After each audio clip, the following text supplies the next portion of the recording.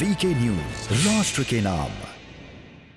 नमस्कार, स्वागत है आपका वीके न्यूज में। अफगानिस्तान में जब तालिबान का राज आया तो कई कट्टरपंथी खुश हो गए, मन ही मन मुस्कुराने लगे और सोचने लगे कि गजवाए हिंद का जो ख्वाब उन्होंने बुन रखा है उसकी पहली सीढ़ी उन्होंने चढ़ ली है। यहाँ तक कि भारत में बैठे मौलवी तक ये कहने लगे कि तालिबान के लड़ाकों ने गुलामी की जंजीरों को तोड़ा है और आज़ादी हासिल की है। और अब इसी आज़ादी की तस्वीरें भी देख लीजिए, जहाँ बोलना तक गुनाह है, बोलना तो छोड़िए, यहाँ अब नहाने तक पर भी पाबंदियां लगा दी गई है। सही सुना आपने, नहाने पर भी पाबंदी।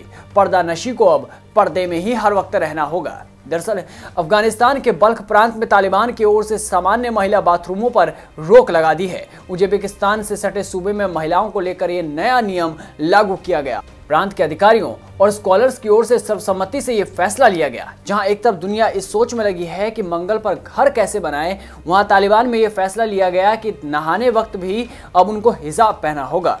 खामी प्रेस रिपोर्ट के मुताबिक महिलाएं अब सार्वजनिक बाथरूमों में यानी स्नान घरों में नहीं नहा सकेंगी, वो अपने निजी बाथरूम में ही नहा सकेंगी और इस दौरान भी उन्हें इस्लामिक हिजाब पहनकर रहना होगा। ये नहाते वक्त भी उन्हें हिजाब लगाना ही होगा। Directorate of promotion of virtue and prevention of voice के मुखिया ने कहा कि उलेमाओं से बातचीत के बाद ये फैसला लिया गया है। मुखिया ने कहा कि चूंकि लोगों के पास घरों में आधुनिक स्नान घर नहीं है, इसलिए पुरुषों को सामान्य स्नान घर में जाने की अनुमति है, लेकिन महिलाओं को हिजाब पहनकर निजी स्नान घर में जाना चाहिए। रिपोर्ट के मुताबिक कम उम्र के लड़कों को भी सामान्य स्नान घर में जाने से प्रतिबंधित कर दिया गया है।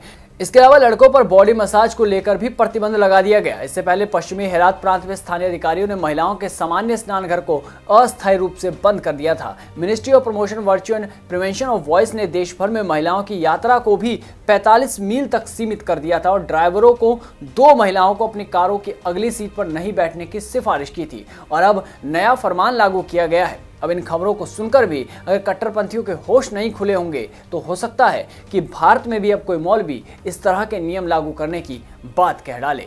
इस रिपोर्ट में बस इतना ही। देश और दुनिया की तमाम बड़ी खबरों से जुड़े रहने के लिए बने रहिए वीके न्यूज के साथ। नमस्कार। ये है ड्रीम मीडिया नेटवर्क